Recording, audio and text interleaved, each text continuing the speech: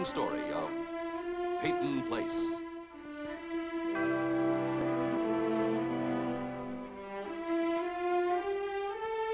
Starring Dorothy Malone as Constance Mackenzie, Warner Anderson as Matthew Swain, Ed Nelson as Michael Rossi, Mia Farrow as Allison Mackenzie, Ryan O'Neill as Rodney Harrington, and Barbara Parkins as Betty Anderson.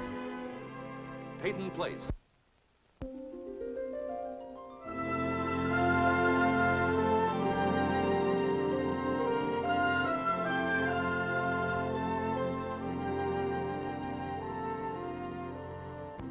A sudden summer storm in Peyton Place has just as quickly come to an end. But for Allison Mackenzie, the storm seems only to have intensified the isolation she feels from her family. Thank you. Is the phone working? I didn't hear it ring. Oh, it didn't ring. I just called the hospital. Oh, Father? He's gone already. He's on his way home. I like the way that sounds. On his way home. Do you? Do you really like the way that sounds? What do you mean? Father, sometimes you sound self-conscious when you say it. I know. I can't help it.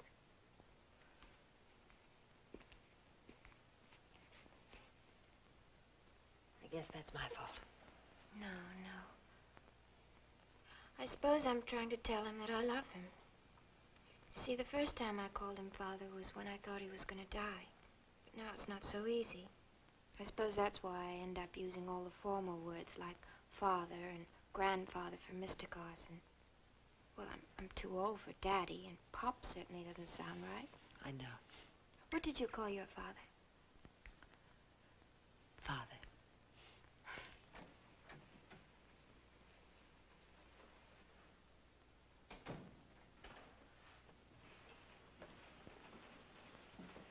There you are. You look awful. Well, now, that's quite a greeting. Oh, God bless you. Excuse me. What does that mean? Nothing. I just got a little wet during the storm, is all. I'm sorry I didn't call. I just never got a chance to. Well, the phone was out anyway. And your father came by and explained what happened. Oh, good. Would you like some hot coffee? Oh, no, thanks, Allison. I had a bucket of coffee in the hospital, plus a quart of orange juice. Orange juice? Yes, they wanted some blood. Some typo, RH negative, and that's me. So I gave them the blood. Oh, and they gave me the orange juice. Tell me what happened. About the bus wreck, I mean. Oh, somebody's car swerved over the white line during the rain. Were they? No. What, may I ask, were you doing on the highway? Well, something happened before the storm. Some boys were bothering Rita Jacks. No, I think Allison should hear this for her own good. After I took Rita home, I went looking for the boys. Why didn't you call the police?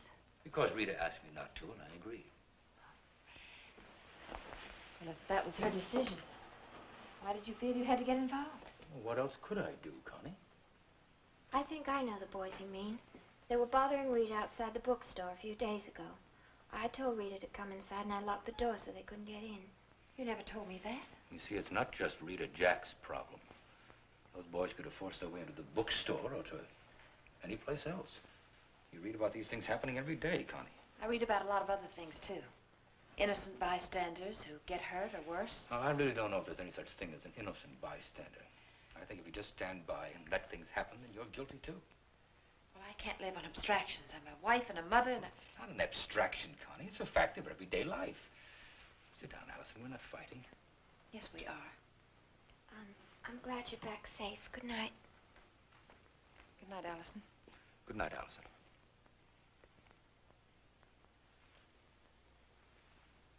All right, we're fighting. All right, suppose those boys had come into the bookstore. You say that as if it would have been my fault. 6 months ago, Allison wouldn't have done that. Connie, I didn't raise the Allison that helped Rita Jacks. You did.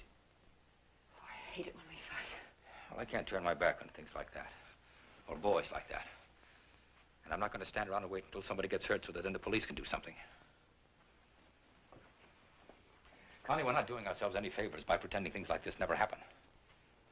And they've got to be stopped before they can go any further. I'm going to find those boys tomorrow and talk to them. Be careful. Please.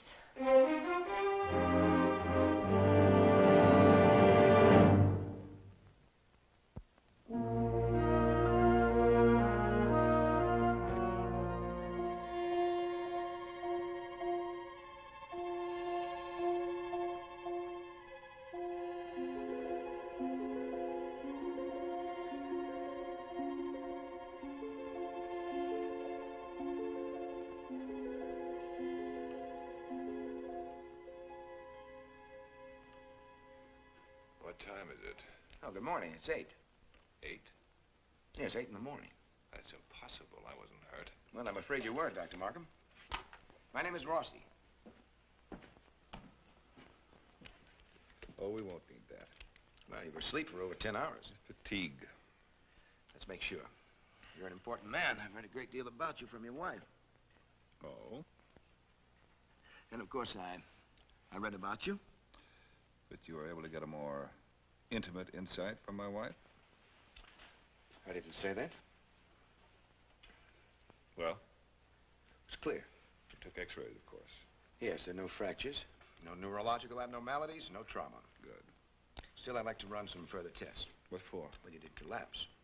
Well, you said there's no fractures, no trauma. All the more reason. A man keels over without any visual symptoms. I like to find out why.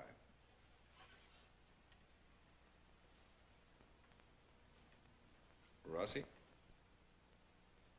Yes, Dr. Markham. You're not from Peyton Place. No, I'm not. I thought so. I'm from New York. So Claire's told you all about me. Well, she didn't tell me everything.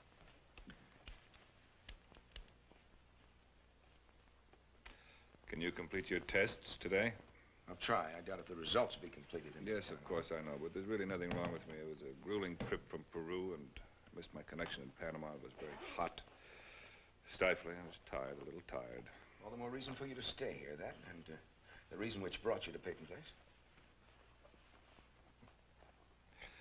I had forgotten how conversational American medicine is. In Peru... Don't wave Peru in my face. Don't what? Don't wave Peru in my face. I don't want to hear about the Andes or the exotic mountain diseases or about the native customs. I'll just take your pressure now. At the moment, you might find it's a little elevated. Dr. Rossi. I'll make allowances.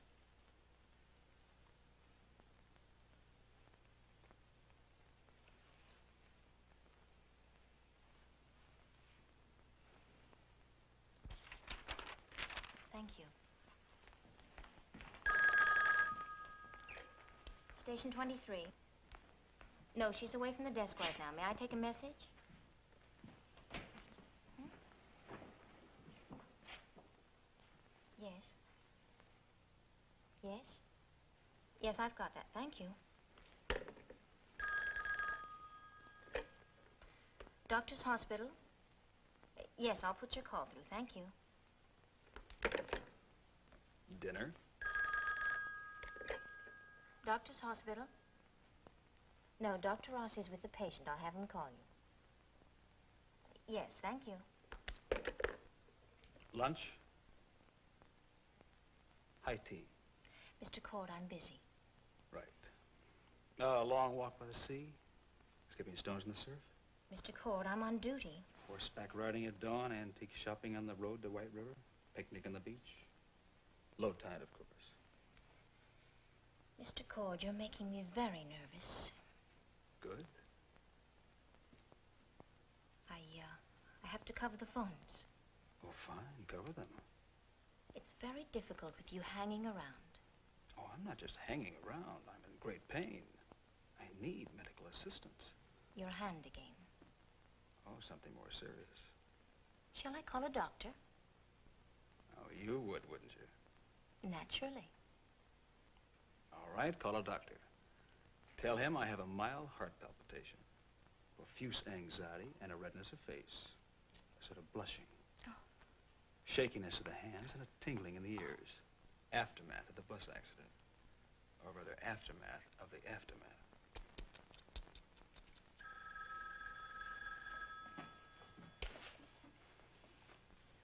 Thank you.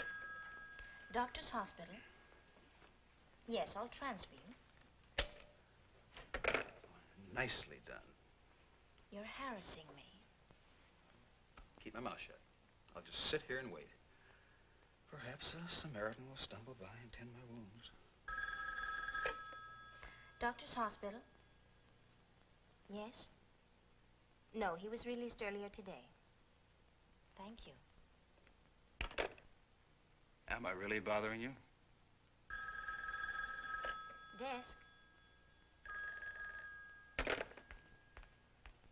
Desk. Betty Anderson.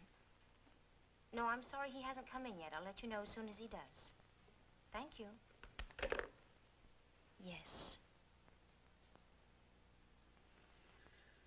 Too bad. I think I've lost enough blood. I might as well get back to the office.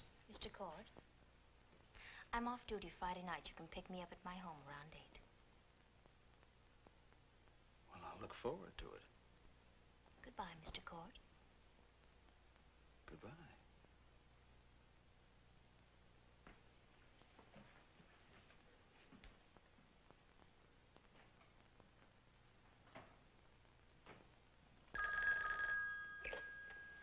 Doctor's hospital.